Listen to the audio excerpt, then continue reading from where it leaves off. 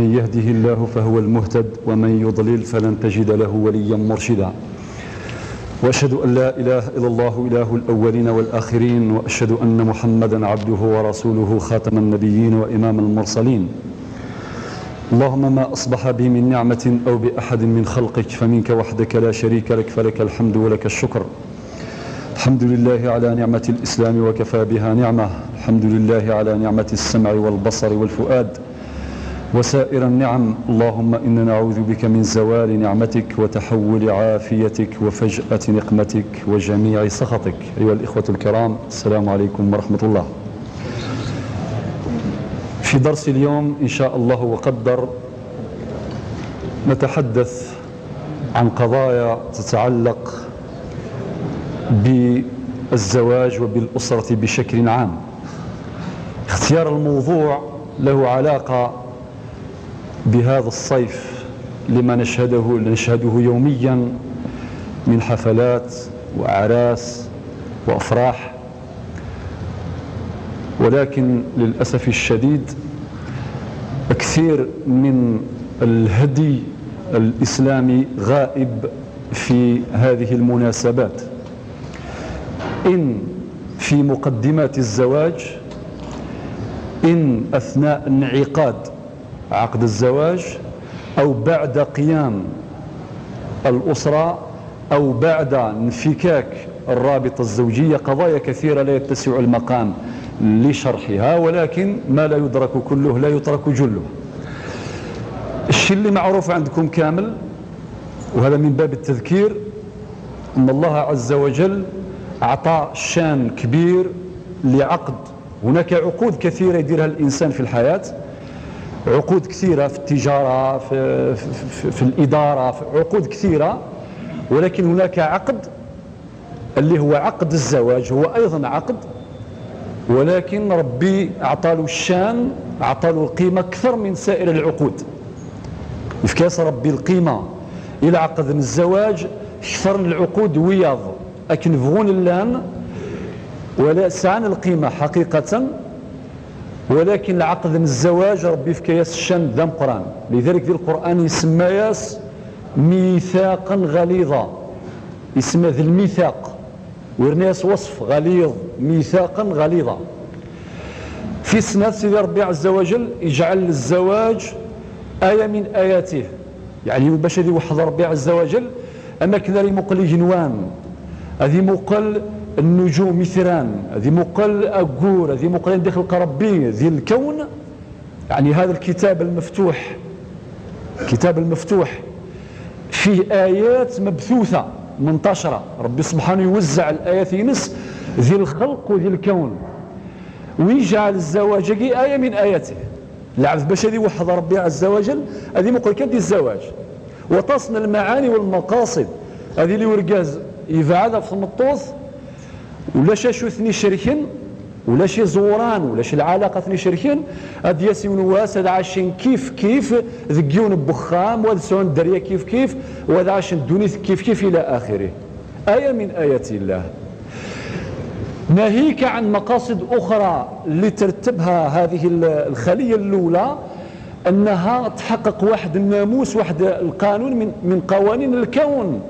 ربي سبحانه يجعل مبدأ الزوجية منتشر في الكون. ومن كل شيء خلقنا زوجين، الذكر والأنثى، ذكرك والأنثى، كل شيء. وعبارة ومن كل شيء تفيد العموم، كل شيء، ما نعلم وما لا نعلم. وربي أكد هذا في آية أخرى: وسبحان الذي خلق الأزواج كلها مما تنبت الأرض ومن أنفسهم ومما لا يعلمون، ليبقى الإعجاز القرآني قائما. ومما لا يعلمون دائما. إذا اكتشف الإنسان الزوجية في عالم السحاب، وكيفاش يسقط المطر بعد التلقيح اللي يتم، ما زالش يجهل الإنسان. اكتشف الذرة على النيوترون والبروتون، الذكورة والأنوثة، دائما ومما لا يعلمون، ويبقى الإعجاز القرآني قائما. مع كل ذلك أقول ربي عز وجل يجعل العقد ذاكي آية من آياته. القرآن الناد: ومن آياته أن خلق لكم من أنفسكم أزواجا. بعد يبين المقاصد من الزواج لتسكنوا إليها السكن. ربي اختار السكن الكلمة يجي ساعة القيمة ثم قرانت يشبه هذا ربي الشيء كذا تشبه واحد آخر إن هن لباس لكم وأنتم لباس لهن. ثمطوث تصرى برقاز أرقاز تصرى تمطوث. لذلك نزرى ذي الواقع أنه غتفضل أمغار غاست موت مغارثيس غف 60 أو 70 وريش مثال باش هذا يعاود الزواج بل ذي الواجب هذا يعاود الزواج خاطر تمطوث تصرى ينس. أما كسيدي وصف ربي عز وجل لتسكنوا إليها وجعل بينكم مودة ورحمة. هذه الأمور اللي لازم تكون بين الزوجين يزور ديال المودة من بعد يستبعث الرحمة. لا المفسرين ديالنا باللي هذا هو الأمر الطبيعي. عادة الإنسان كي يرتبط بالزوجة ابتداء تربطه مع علاقة المودة المحبة. طيب ولكن من بعد يزمر روح أنت أسباب الود أو أسباب المحبة. مثلا ثمتوث مثل ورقاز يميك ثعشي بلك دياسي ونواس هذه ورد زوالي ضمر كانتي ورد زوالي سبحان مغير الأحوال. صافي الشمي من أجله تحمليث يزمر تكره خاطر الشمي زال. وممكن العكس هو أيضا تزوج امرأة من أجل مالها يجي نهار تولي فقيرة من أجل جمالها ممكن يأتي يوم ويأتي حتما سيذهب جمالها. وهك أسباب هذه ممكن تزول من بعد شو دي قيما إلى قدس الرحمة مولاش تروي. أما إلا أرقزتها ثمطوث متولى يهلك تغليس يسدونيث أستني يبقى على خيرات تجيري فردان ويجوز. هذا يتنافى مع الوفاء يتنافى مع قداسة عقد الزواج خاطر وقع عقد مقدس ربي ما كاد تسلامي الآية يسمى ميثاقا غليظا. حاجة ثالثة دير في بالك باللي إلا ربي يراون خاطر ما ظل في النسبة نظل في النسبة ربي ذنفي ربي ذنفي ثير ديال ربي ذنفي يراون. زيد نقول ثاني بالدرجة نقول أولا بالفصحى نقول فلان تزوج فلان على كتاب الله وسنة رسوله. إلا قد تخدم غازالي الشياقي إلا قد تدير قيمة لهذا الشيء أنك دخلت ربي ونبي في هذا العقد المقدس ماشي بسهولة. كما أنه من الزوج كما نتكلم بعد حين ما يلزمش يستهين بقداسة عقد الزواج كذلك المرأة ماشي يستني يا مغار ما زيه الله يفارك ما يساقي ثغريسك الدنيا ذاك الجر يري فردان وريجوز لها اشتاقي الحرام خاطر ربي سبحانه القرآن يثلية قرآن في سورة المائدة أوائلها إن يا أيها الذين آمنوا أوفوا بالعقود. هول الآية راهي عامة والعبرة بعموم اللفظ لا بخصوص السبب. أوفوا بالعقود يعني مطلق العقود كل العقود.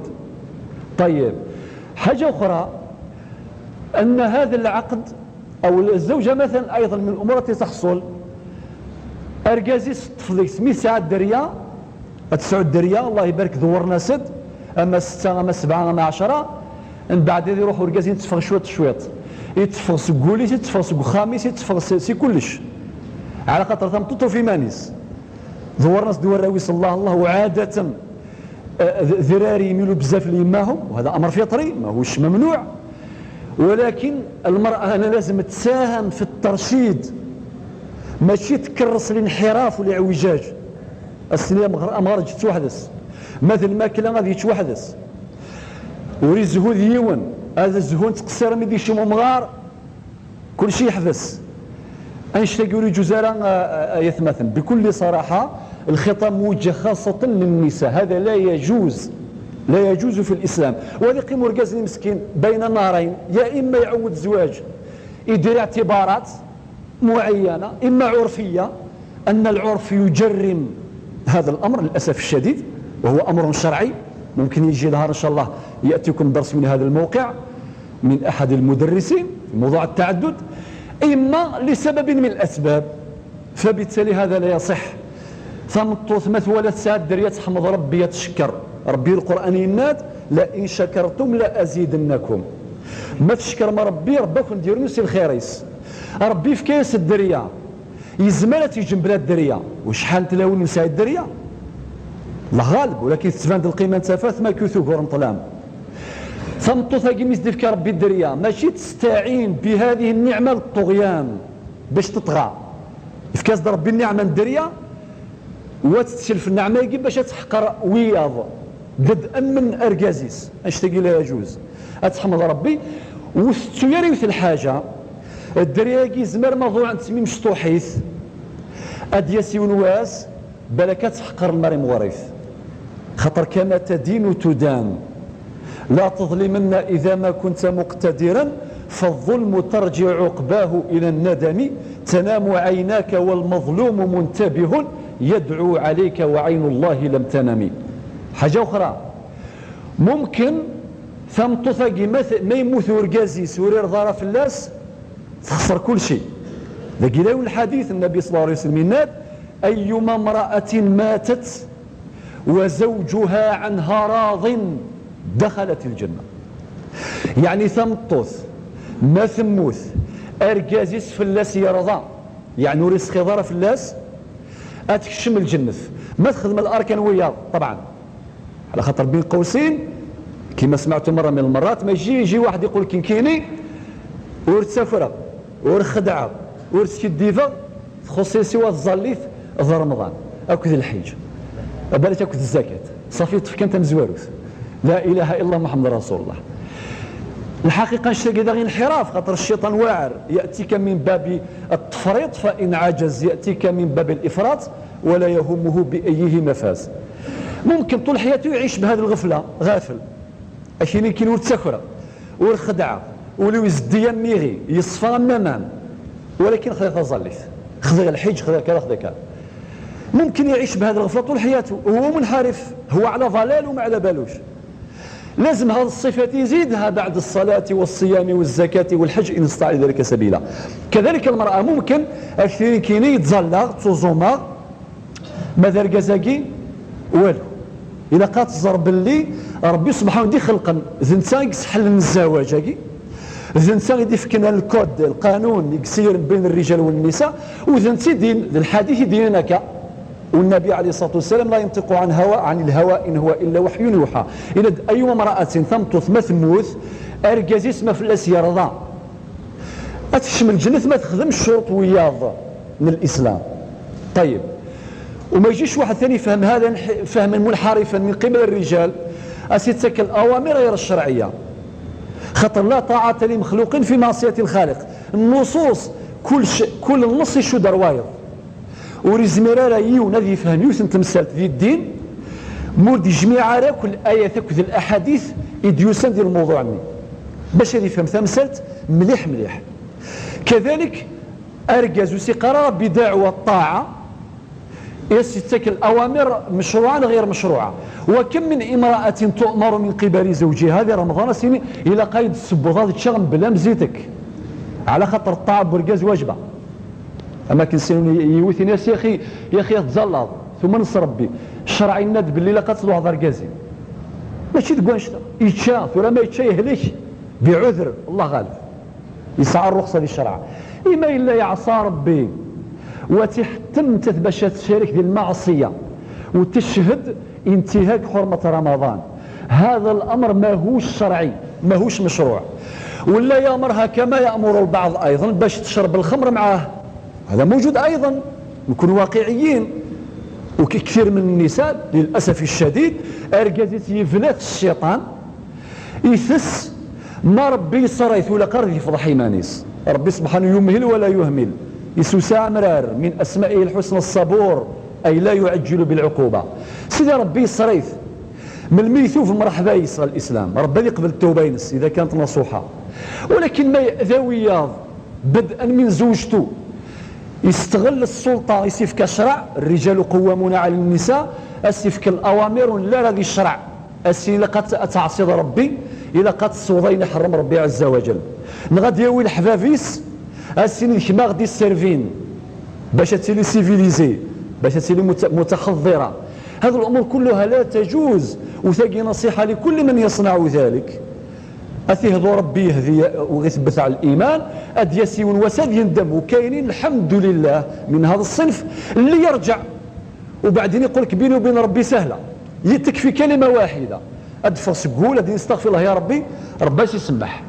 ولكن المشكلة مسألة الذنوب مع البشر وثكرت وخضعت وظلمت ومشكلة ما تقدرش تجمعهم كامل في صعيد واحد باش يسمحوا لك على خاطر ممكن كاين منهم اللي ماتوا ما تقدرش تحييهم تخرجهم من قبورهم.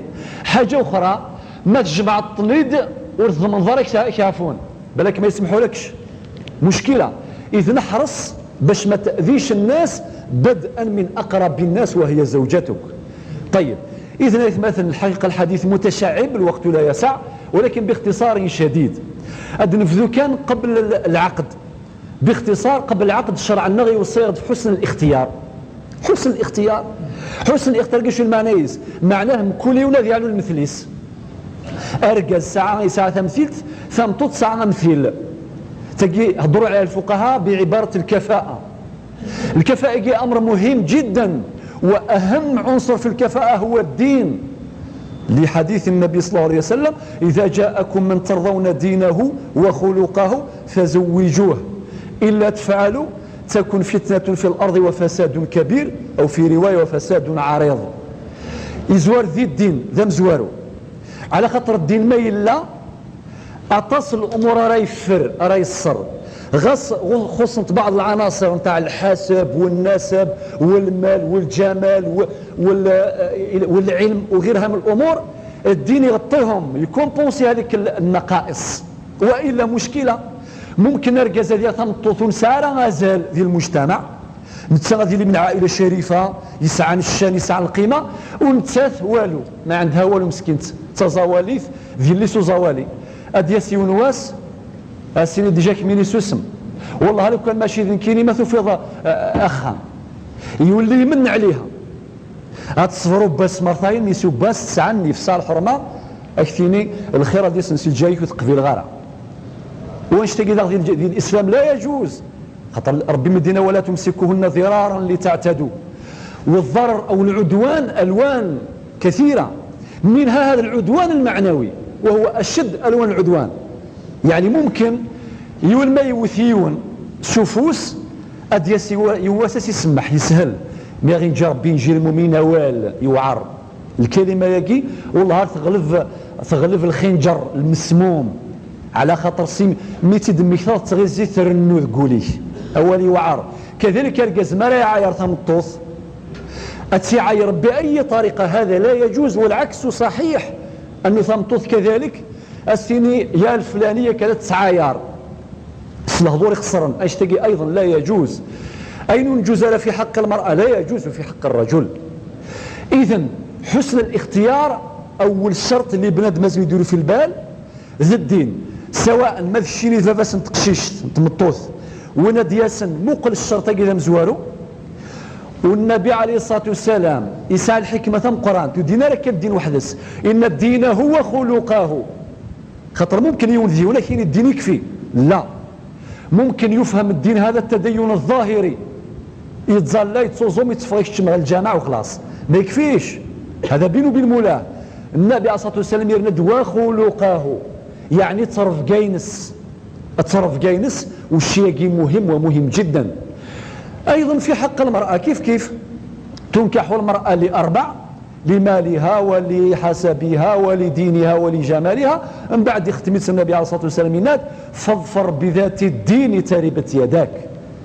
خطر الدين انت يذومن الباقي كامل يا ينقص، اما ذا الجمال ذي ينقص، اما ذا الحسب الزمر ذي ينقص، اما كل شيء ينقص.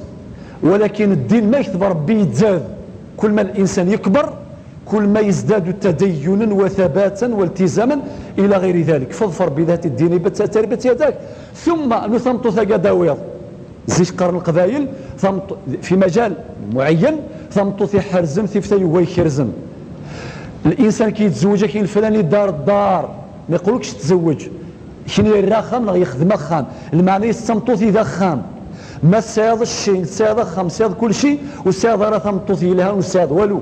خاطر النبي عليه الصلاه والسلام في حديث ابن عباس يناد: ثلاثه من السعاده، ثلاثه إذا تاكن لهنا السعاده يوم مثلا في الدنيا ثمزوروث الزوجه الصالحه قبل خام يرد خام. خاطر الرسول عليه الصلاه والسلام واقعي ماشي كان دير الكوخ يزوار ديال ثمطوط يصلحان من بعد اخام يوسعن افسان كان غير في ديسنا اين كتب ربي وزايد المركب سيكياكم من اسباب السعاده، ولكن يزوار ديال ثمطوط خاطر مولاش تمطوط يصلح المسا ضخم يضيق، مسا ضخم يضيق إلا هو الحديث ولي يسعك بيتك. شو يسال المعنى يس أن يزور ولي كتظفر وضاري كتذبا وضاري. هذه اليوم ذي الخدمة سي المشكل روايض سي العتاب روايض مي قريب تمدي ثاسين روح سخاميو يتحارب يوصى خامس غاس يضيق يوسع الضيق في القلوب، الضيق في القلوب، ولكن ما إلا يسعى خام يوسع، ولكن ثمطوث الله أو ربي يستر غاس خام يوسع، ولكن دائما يضيق بدليل يتمنى باش ما يدخلش الدار، يتمنى كان في الخمسين بعد الخمسين دا روحه اروح القهوه، من بعد ما يتغلق القهوه عنده روحه عنده يروح سباس هذه يروح عنده يحرم الحال، عنده يحرم ربي عز وجل. فبالتالي السباذ انشتا وما سير طوموبيل سير ثمطوط يخدم الهم هات تخدم لك سيده خاطر الهم مني دايما يديك ما ذك يضوط تصد اماكن قرن يضب وين مهموم يضول ما ينتهيش طويل، وزيد حاجه اخرى دايما مهموم، والنبي عليه الصلاه والسلام صدق حينما يدعو في كل صباح نكون صفيق اللهم اني اعوذ بك من الهم، يزقور ذي الهم من الهم والحزن. اذن ايث مثل النبي عليه الصلاه والسلام يوصى يغد اما في حق الرجال اما في حق النساء يزواد في اهم عنصر من عناصر الكفاءه وهو الدين او التدين. يرناس الخلق، الخلق وهو الترجمه العمليه للتدين السليم. من بعد اثناء عقد الزواج بعد الاختيار ما الاختيار يصحى اما كنقارن ذي الحكمه حسن الانتهاء من حسن الابتداء او حسن النهايه من حسن البدايه. مثل البدايه لها اتي الخاتمه لها.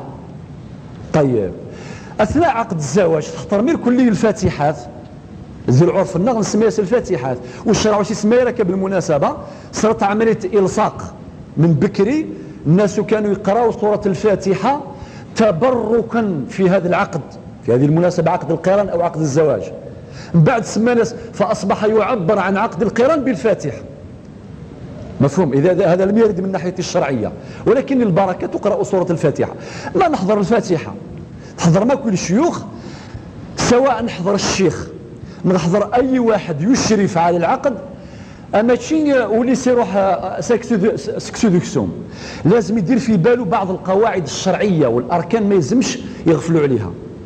مثلا الانسان لازم يتاكد سواء كان اماما او غير ذلك يتاكد من توفر الاركان نتاع العقد، على راسها الرضا رضا الزوجين، الرضا برقازك والرضا تمطوط، والرضا تمطوط يعبر عنه والدها أو ولي أمرها وغيرها من الأركان، منها الشهود إلى قادرين الشهود وكي عقد مقدس يقول ما يغثم مورث يغثى مورث أديو الشهود هذا حضرا. وكيف بعقد الزواج إذا قد حضرنا الشهود ما كنقارن الدوني الشهود الآخر، وإلى قادرين المهر مورث يفكر ما هو الشرط، والإسلام ميسر ماشي شرط يفكذين يرمدن ماشي شرط.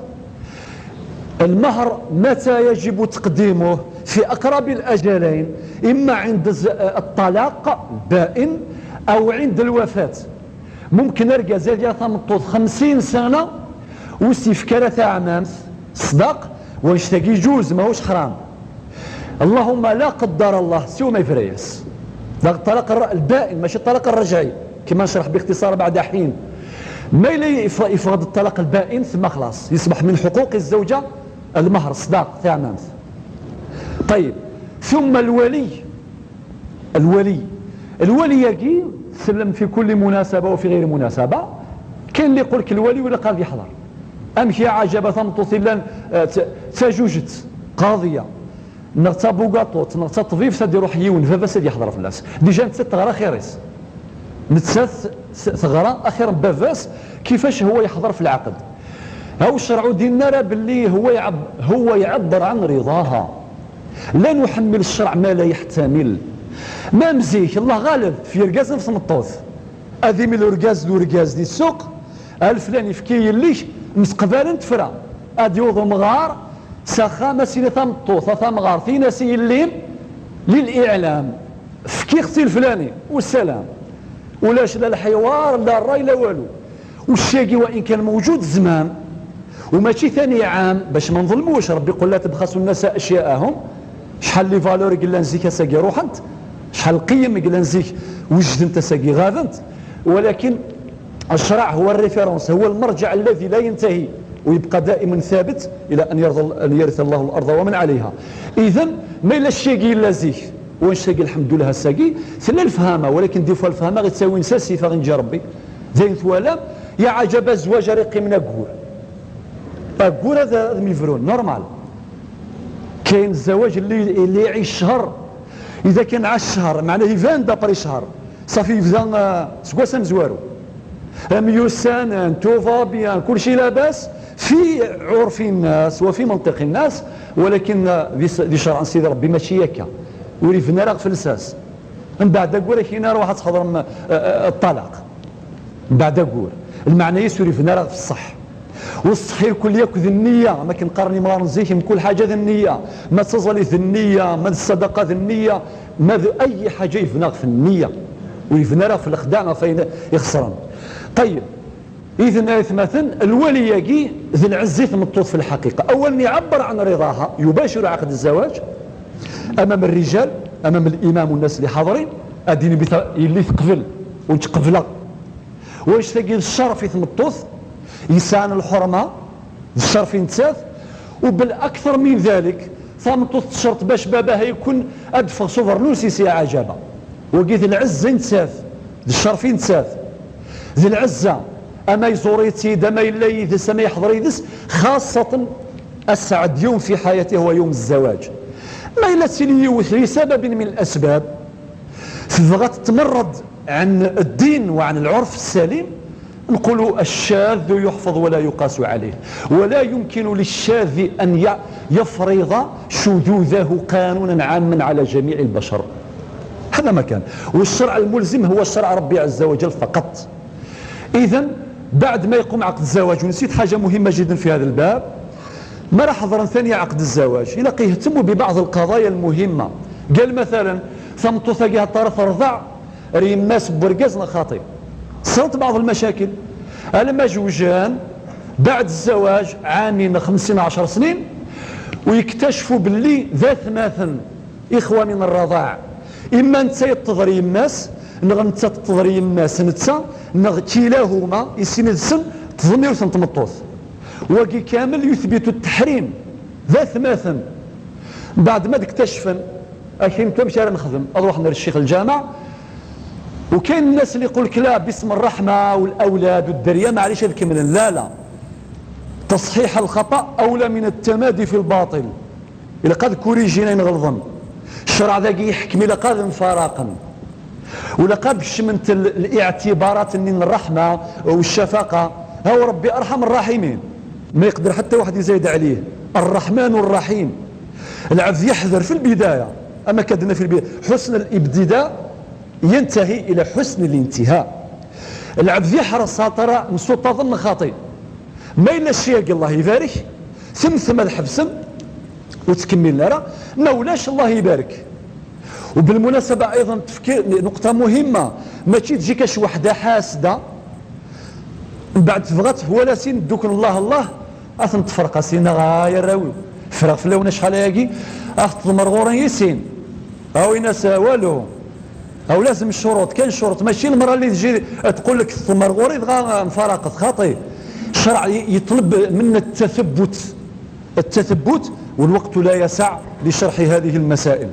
المهم بعد قيام عقد الزواج كاين حقوق وكاين واجبات بين الزوجين، الوقت ايضا لا يسع لشرحها. ثم نروح الان للنهايه باش نتكلم عن انحلال الرابطه الزوجيه. حيث مثلا كما قلت في البدايه عقد الزواج مقدس. مادام مقدس ماشي بجرة قلم نغسوال فرقيث بسهوله. دير في بالك الزواج كي معقد مقدس يسعى غزال سيدي ربي ما يلزمش تستهين به واستكثر القيمه. قال مثلا رجاز يطلق زوجته بمنتهى البساطه بسهوله ما يخسر الديمين ذي القهوه ثفره يسد ثمن دي تزعف ثفره. كاين انسان اللي طلق نسميه طلق نقرو يزعف ما يقول انت طلق 20 مره 100 مره ناقص 33. الأرقام كثيرة. هذا كله لا يجوز في الشريعة الإسلامية. خاطر ربي دينان دي القرآن طلاق مرتان فإمساك بمعروف أو تسريح بإحسان. سبحان الله، يعني طلقة بعد طلقة. إيوه لسبب ما إلا عجزت جميع الأسباب. يعني الشرع يفكاد دي رماد، يفكاد أدوية كيفاش الإنسان يعالج الزوجة وكيفاش الزوجة تعالج الزوج. باختصار شديد، حديث المصطفى صلى الله عليه وسلم يناد: لا يفرك مؤمن مؤمنا إن كره منها خلقا رضي منها آخر مثلة تصاي والخلق نصلح لها. وتسمقوا ذلك كان سين خسرن مقل سين يلهان ساعة إثو عرف المصلحة بخام والشيء مجرب تفتو عرف شوية حقيقة، ولكن ثو عرف المصلحة بخام ترعى بيتها أتشو داقوسة في الدرياس في خامس إلى آخره غاس يموت ورقازا يقول يتسقوا هذا في الدرياس من بعد.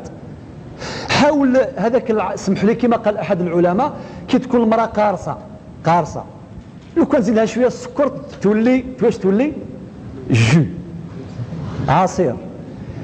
هذه عملية شوية صعبة ولكنها لازمة.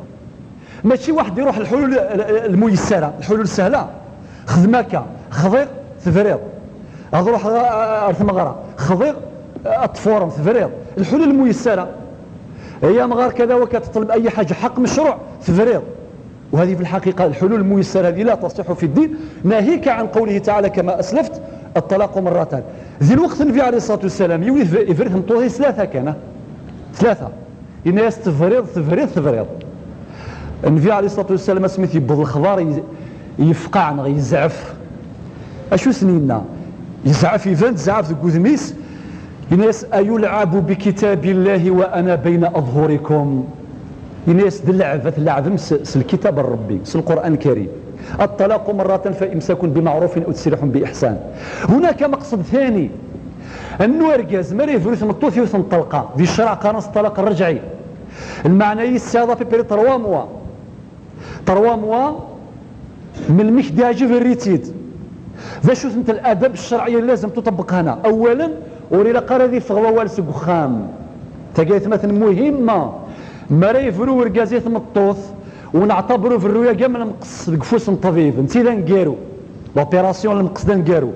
الا ما كسدوا ما داكم زورن في عنارة اسم المعامله بالحسنى الصبر والتحمل الموعظه الحسنه الترغيب والترهيب وربما ايضا التوجيه والتاديب حق التاديب من بعد التحكيم العائلي حكم من اهلها وحكم من اهله. يعني تصل لي بروسيد تصل لي زيتابا تصل المراحل ما الى الله غالب ونفي عن ترى والو ياتي بعدين والي كره ربي سبحانه عز وجل هو الطلاق.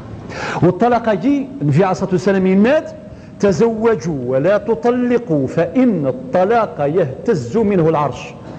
عرش الرحمن يتماثل يهتز كما تهتز قلوب المؤمنين. ما راك ديال الخبر كاين فلان تلقاه تموت ثمطوه فلان تموت تحزن، ولكن الشبا يا ربي اتحزن ضاكثر ما راكين فلان تلقاه تفرا ما راكين تموت قضى ربي وخلاص. ما راكين فلان تلقاه يفريس ورقازيس هذه المصيبه تم قرانت ماشي أول المؤمن يتزلزل. وكذلك كما قال النبي عليه الصلاة والسلام: فإن الطلاق يهتز منه العرش. باش واحد الإنسان باش يكون هذا مبغوض في قلبه كما هو بغوض عند الله. حديث آخر: أبغض الحلال عند الله عز وجل الطلاق، لعن الله كل ذواق مطلاق. أحاديث كثيرة في هذا الباب. ثم بعد الطلاق كما قلت لازم السر ذو خاموري فغير برا ولي فرس قرقاز ولي فرسيت مطوث ماشي ما كنخدم من شرا مدن هذه سفر الخضار ميك سفر الخضار من بعد هذا يندم مي يندم خاطر شرايف كاسه في 3 موا طلاق يتربصن والمطلقات يتربصن بانفسهن 3 قروء 3 قروء حوالي 3 شهور. علاش دار الشرع هاك؟ باش تخدم براحتك ما تزعف ضسه بالك سمانه 10 ايام 20 يوم ماشي كتزعف تشوف مصالحهم وعندك فرصه للتفكير باش تخمم مصير الاولاد مصير المجتمع مصير الاسر اتصل الامور تجي في بالك. لذلك الشرع يفكايش خط الرجعه ما يلزمش تقطع نفسك على هذا الخط. ثم ما يفغ الخبراء يتماثل والزرم كل مجتمع نغيه ليش شويه ثرنداطاس الله غالب كما ذكرنا اكثر من مره ثلاث الايه غتعفسن بزاف المسلمين في قوله تعالى فتبينوا. ما كاش كاع تبين، يود الخضار زرع الزرع ينبت يولي ذي الشرايط دارت لانت وكالات انباء تتناقل الخبر هذه في الشويط من بعد تمدي هذا في ضفاك ويثوثري بعد زكا اركازني غاس يندم وحصلت في المجتمع. من بعد تدخل واحد اعتبارات اخرى اشي الله غالب ثورا كاين دماغ في غدر تنطط براويو يما براويو، ولكن الصحاب خاطر مولاش السيرين الفلاني ماشي ذا ركاز الفلاني يفراير يطلق ويرجع من بعد شنو والله راكا نرز ولا نشنو خليها القدام. انت يندم وانت تندم ولكن ما قدروش يتراجعوا. هاو الشرع عطالك فافور، عطالك هذه الفرصه بما تضيعهاش على روحك. ربي انطلقوا مرتان. حاجه اخرى في العده اثقي قنص العده ربي اتقن بخام بركازيس اي غير العده ربي دين القران الكريم شو المعنى؟ لعل الله يحدث بعد ذلك امرا. سبحان الله، لعل الله يحدث بعد ذلك امرا. هاو 3 شهور يا عجبه، 3 شهور ممكن تلقى الرجل لا قدر الله في يوم عنده 3 شهور ويخمم. هاو الشهر فات ما يزعف مود الشيما لابي نشر هذيك الشم بعد اقول نوايض من بعد 3 شهور يبغى تيدير بلا ما يحضر الشيخ بلا ما تحضر الجماعيث بكلمه واحده السنين راجعته كيف رات. طيب فرضا بعد مده يشمد الشيطان يراسل عنده الطلقه الثانيه كاش مشكل بعد عام وفي التاريخ المناسب بعد فوات الذكرى السنويه الاولى عن الطلاق الاول ممكن يطلقها لسبب من الاسباب. عنده ايضا نفس المده يستناها وربي دائما يندل على الله يحدث بعد ذلك امرا. شو المعنى يس؟ اماكن الحديث واحد اخر ان قلوب بني ادم بين اصبعين من اصابع الرحمن.